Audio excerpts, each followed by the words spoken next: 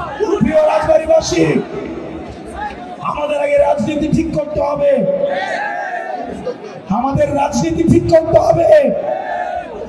যতদিন পর্যন্ত এই নিষিদ্ধ জঙ্গি গোষ্ঠী, আপনারা গতকাল দেখেছেন, গত 11 মাস ধরে আমরা যে মিডিয়ার বিরুদ্ধে যে ফাইট করে যাচ্ছি, তারা বারবার বলছে আওয়ামী লীগকে নাকি সুযোগ দেওয়া উচিত, রিফাইন্ড আওয়ামী লীগকে নাকি সুযোগ দেওয়া উচিত।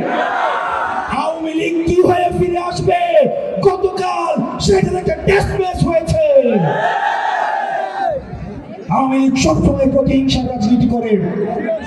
আওয়ামী লীগকে আমরা রবি বৈঠা থেকে দেখেছি, আওয়ামী লীগকে আমরা পিলখানা হত্যাকাণ্ডে দেখেছি, আমরা সব হত্যাকাণ্ডে আলমদারকে পাখির মতো গুলি করতে দেখেছি।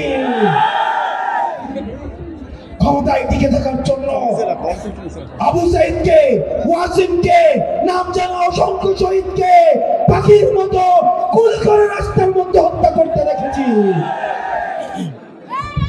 আমরা হয়তো মারা যাব, আমাদের হয়তো গুলি করে হত্যা করবে, হয়তো আমরা অ্যাসাসিনেট হব, কিন্তু প্রিয় ভাইরা, আওয়ামী লীগ মুক্ত বাংলাদেশ বিনির্মাণের দায়িত্ব এই প্রত্যেকটা তরুণ প্রজন্মকে নিতে হবে।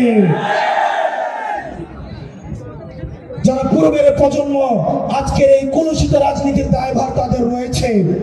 কম্প্রোমাইজের রাজনীতি, ব্যাকডোর পলিসির রাজনীতির কারণে আজকে এই তরুণ প্রজন্মকে দায়িত্ব তুলে নিতে হয়েছে। আমাদের রাজনৈতিক দল গঠন করার কোনো প্রয়োজন ছিল না, কিন্তু আমরা বাধ্য হয়েছি। আমরা এখানে প্রত্যেকটা মানুষ যদি মারা যায়, প্রত্যেকটা মানুষকে যদি হত্যা করা হয়, প্রিয় রাজবাড়ীবাসীর যুবক, প্রিয় রাজবাড়ীবাসীর তরুণ প্রজন্ম, আমার স্কুল পড়ুয়া ভাই বোনেরা, আপনাদেরকে দায়িত্ব দিয়ে যাচ্ছি। পরবর্তী বাংলাদেশ বিনির্মাণের দায়িত্ব সবাই এক একজন বিকল্প হয়ে উঠতে হবে। আপনারা সবাই ভালো থাকবেন।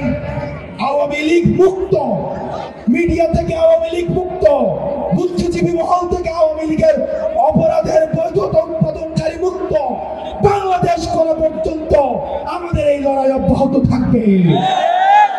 ইনকিলাব, ইনকিলাব, এনসিপি, এনসিপি।